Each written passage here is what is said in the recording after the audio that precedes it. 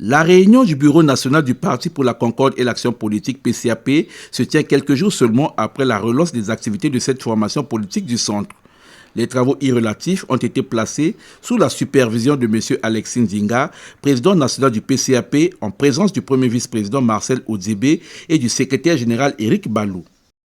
L'examen de la situation qui prévaut au sein du PCAP, examen et adoption du calendrier des activités.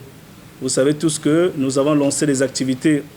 On a fait notre rentrée politique mardi dernier et il était important que nous devons très rapidement convoquer le BEN.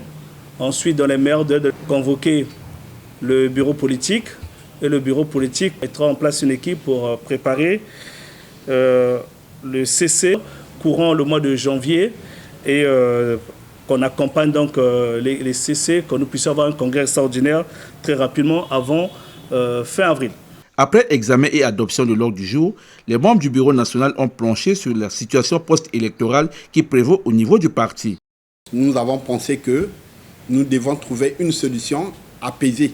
Là où il y a des hommes, il y a toujours des solutions palliatives aux problèmes qui peuvent les opposer.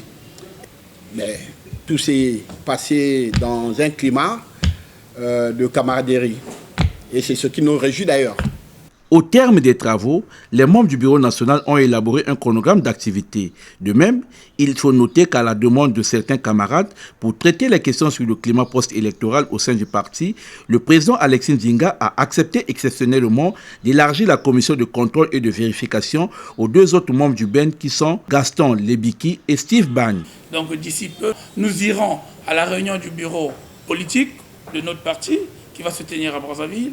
Après cette réunion du bureau politique, nous pensons que le bureau politique pourra convoquer maintenant la réunion du conseil central, qui est l'organe suprême à l'intervalle des congrès de notre parti. Nous allons tenir notre conseil central. Après le conseil central, nous aurons un congrès extraordinaire. Pourquoi le congrès extraordinaire? Nous sortons des élections législatives et locales.